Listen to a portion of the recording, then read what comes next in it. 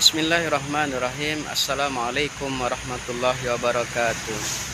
Sahabat-sahabat sekalian, yang insya Allah semua kita selalu diberikan rahmat, taufik, hidayah, inayah oleh Allah SWT. Pada video kali ini saya akan menjelaskan tentang takwa.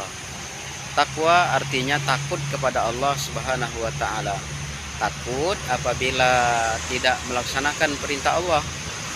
Kemudian yang kedua, takut apabila melanggar larangan-larangan Allah Subhanahu wa Ta'ala. Perintah Allah SWT sendiri terbagi menjadi dua. Ada perintah yang wajib dan ada juga perintah yang sunnah. Yang wajib misalkan sholat 5 waktu dalam sehari semalam, berpuasa pada bulan suci Ramadan, kemudian menunaikan zakat, berhaji bagi yang mampu. Hal ini terangkum dalam rukun Islam yang 5. Ini adalah perintah-perintah wajib yang apabila dikerjakan akan mendapatkan pahala, dan apabila ditinggalkan akan mendapatkan dosa atau hukuman dari Allah SWT. Kemudian yang kedua adalah perintah yang berbentuk sunnah. Misalkan sholat, ada fotokopiannya, sholat sunat qobliyah, ba'diyah, atau sholat rawatib, sholat wudhu, sholat hajat, sholat tahajud, sholat witir, dan lain sebagainya.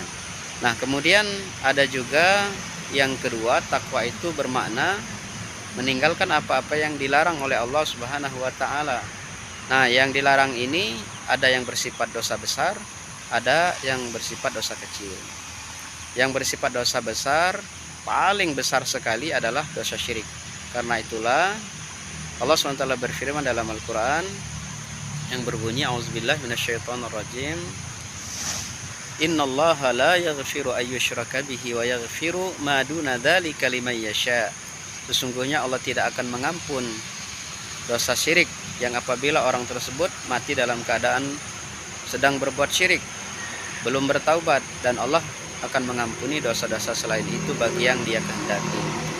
Kemudian dosa-dosa besar ini antara lain selain daripada syirik adalah perbuatan sihir, kemudian membunuh seseorang yang orang tersebut tidak bersalah, atau dalam artian membunuh tanpa hak. Kemudian yang berikutnya berzina, lari dari medan peperangan, kemudian menuduh seorang perempuan yang baik-baik, menuduhnya berbuat zina. Ini adalah dosa-dosa besar. Kemudian yang kedua adalah dosa-dosa kecil. Nah, dosa-dosa kecil ini seperti membicarakan aib orang lain, berprasangka buruk yang mungkin kita tidak mampu menghindarinya. Maka dalam hal yang takwa ini kita berupaya, mana yang wajib kita usahakan sekuat tenaga. Begitu pula untuk menghindari larangan-larangan Allah SWT, terutama dosa-dosa besar. Adapun yang sunnah semampu kita, kemudian juga dosa-dosa kecil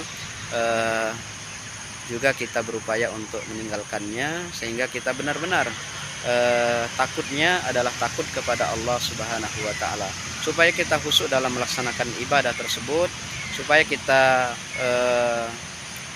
benar-benar melaksanakan ibadah tersebut karena Allah SWT meyakini serta khusyuk dalam menjalankannya. Tentunya kita sandarkan kepada Allah. Anggaplah ibadah kita itu adalah ibadah yang terakhir.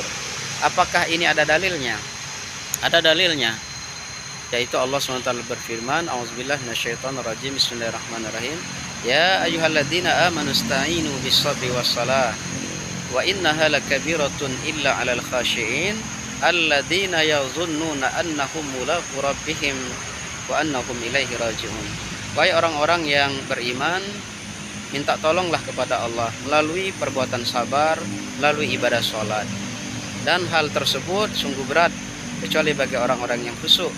Nah, orang-orang yang khusyuk itu adalah mereka yang menyangka, mereka yang meyakini bahwasanya suatu saat pasti mereka akan bertemu dengan Allah, dan mereka yakin akan kembali kepada Allah. Nah, ketika ibadah kita didorong dengan rasa akan kembali kepada Allah, akan bertemu dengan Allah, akan mati, meninggal, maka ibadah kita akan menjadi khusyuk tentunya. Dan perlu diketahui bahwasanya di dunia ini kita hanya mampir sebagai seorang musafir, kita kembalinya kepada Allah. Makanya ketika orang meninggal dikatakan innalillahi wa inna ilaihi raji'un. Sesungguhnya kita adalah milik Allah, kami adalah milik Allah, dan sesungguhnya kepadanya lah kita akan dikembalikan. Jadi raji ataupun kembali itu nanti kita akan kembali ke tempat asal kita. Sebagaimana Nabi Adam dahulu di surga, maka tempat kembali kita adalah surga apabila selama hidup di dunia ini kita menjalankan ibadah, ya, tugas pokok kita ibadah kepada Allah SWT.